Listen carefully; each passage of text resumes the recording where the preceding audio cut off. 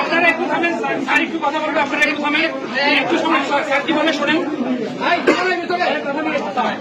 একটু একটু হ্যাঁ, আপনারা যদি সবাই কথা বলেন আমি তো শুনতে পাবো না, তাই না? আপনারা একটু শান্ত হন, আমরা তো আসছি না, আমরা সবকিছু শুনবো। আপনারা একটু ধৈর্য ধরেন, উত্তেজিত হয়েন না, উত্তেজিত হয়ে তো কিছু আসলে আপনারা কেউ উত্তেজিত হয়েন না, আমি আসছি, আমরা পুরো ঘটনাটা শুনবো।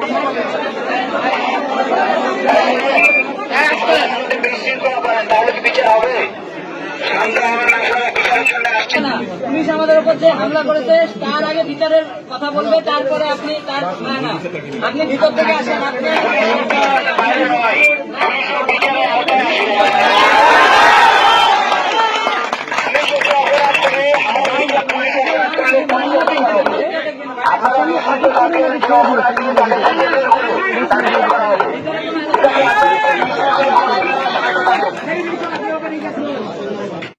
দর্শককে ধরি না আনা পর্যন্ত আমরা এখানেই থাকবো। দুইটা দিন যাবে, আমি বাদী হয়ে মামলা যাবো, মামলার কাজ চলতে বাদী হয়ে আমি মামলা দিচ্ছি। সাক্ষী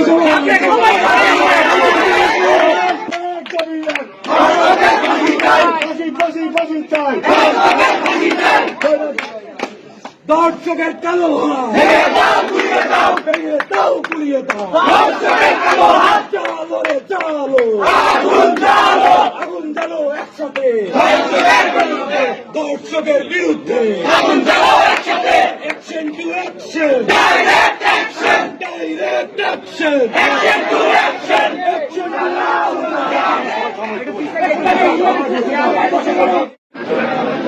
যে পক্ষ নেবে সেও ধরছে।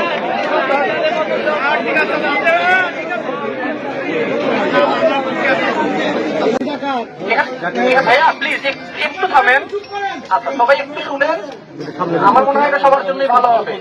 আচ্ছা এখানে আপনারা সবাই এসছেন, কারণ তো আসলে ভিন্ন কোনো দাবি নাই, তাই না? সবারই একটাই দাবি, বা যে ঘটনাটি ঘটেছে আপনারা সবাই জানেন। আমরা এখানে চলে এসেছি, আমাদের উপর একটু ভরসা রাখেন। আমরা যেহেতু আসছি, আমরা সিচুয়েশনটা অবশ্যই দেখবো। যে ভিডিওটা আসছে, অলরেডি ভিডিওটা হচ্ছে আমাদের এখানে এসপি যে দুজন আছেন তাদের কাছে এসছে, এটা আমিও দেখি।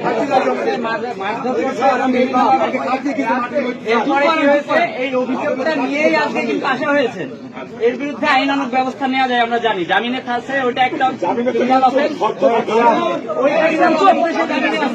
জামিনে থাকার পর ভিকটিমকে সে কিন্তু এখন বিভিন্ন ভাবে মারধর থেকে শুরু করে হুমকি দামকি ভিডিও নিয়ে এখনো ওইটা নিয়েই আজকে আসা মূলত। তখন সে তার মামলার কাগজটা বের করে দেয়। আমার মেয়ে আজ 6 মাস ধর্ষণের শিকার। আজ মেহেরপুরে 5ই আগস্টের পরে ধর্ষণ হয়েছে, এবং এইভাবে ধর্ষণ হয়েছে সেরকম আমাদের জানা ছিল না। আমরা বললাম যে 5ই আগস্টের পরে হয়েছে, সে বলল যে 5ই আগস্টের পরে হয়েছে। আমি বললাম যে আপনার মামলা কি থানায় করছেন? সে জানায় যে হ্যাঁ সে মামলা করছে, এবং মামলার আসামি জামিনে বাইরে আছে। আমি বললাম মামলার আসামি জামিনে বাইরে আছে, আপনি আমাকে পুরো ঘটনা বলেন। তখন সে জানায় এটা আনুমানিক হচ্ছে 6 মাস আগের কথা।